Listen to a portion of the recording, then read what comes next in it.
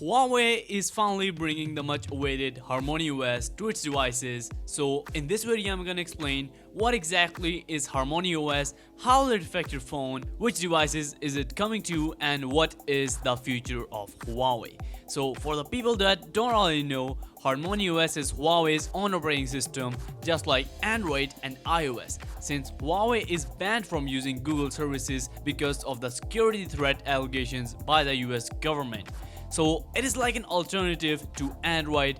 It is an operating system on which Huawei's phones will operate, and it can not only be used on phones but also on TVs, cars, smart home appliances and much more. So it is very versatile, it has great potential since it is open source, fluent and has distributed capabilities, and it also means that Huawei can optimize their software as they will. So you can expect their software to be more faster, seamless and efficient since they now have full control over their software. Realistically, it won't be any different since it'll still be pretty similar to the current EMUI. It will just run on HarmonyOS instead of Android, and you can expect to have a bit more features too. There are only two problems. One, that it is a very new operating system, so don't be surprised if you see bugs here and there, which of course can be fixed by software updates. But the bigger problem is the lack of Google services. For China, it's not a big problem, but for the rest of the world, especially the West, which is totally reliant on them,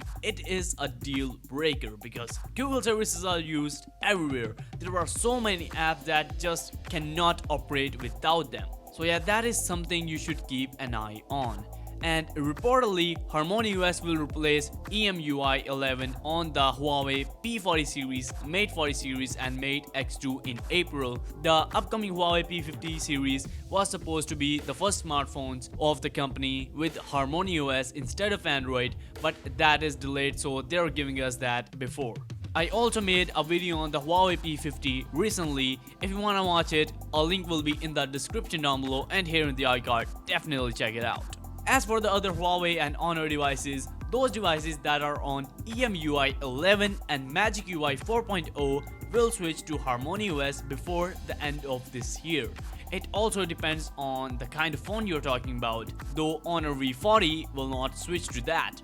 And also some models with EMUI 10.1 and Magic UI 3.1 will be transferred to HarmonyOS directly. These include the Nova 7 SE, Honor 30s, Honor 10X, Honor 9X and some others. So jump into your phone settings to see if you have any of those UIs in your phone, and if yes, then your phone will soon be transferred to HarmonyOS.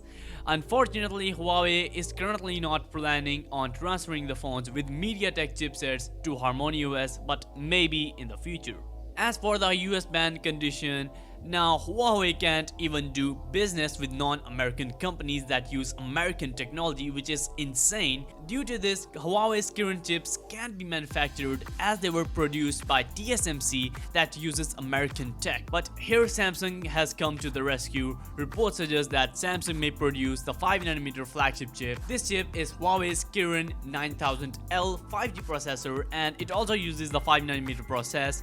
And it is expected that it might be inferior to Kirin 9000 and 9000E, but that remains to be seen. As of now, Huawei will use the Kirin 9000 inside of its P50 series and Mate 50 series, and it has also used it inside of its Mate X2s, which were launched recently. Unfortunately, Huawei is producing its phones very limited in number because of the lack of chipsets. As for the future of Huawei, it is very unpredictable and not much hope remains, but still Huawei is very optimistic and is planning to keep producing phones. I really hope all of this gets resolved because I haven't seen much innovation in the phone industry since the US ban. Huawei was truly innovative. It constantly pushed other companies to innovate too, and it made the tech world just more exciting. And it's kind of sad to see this ban coming out of nowhere and just blowing Huawei away, so it's kind of disappointing. Let me know your thoughts about this in the comment section below. If you have any questions, let me know. I answer to every single one of comment. Make sure to subscribe with that bell icon. I will really appreciate it. Thanks for watching, and I will see you guys next time.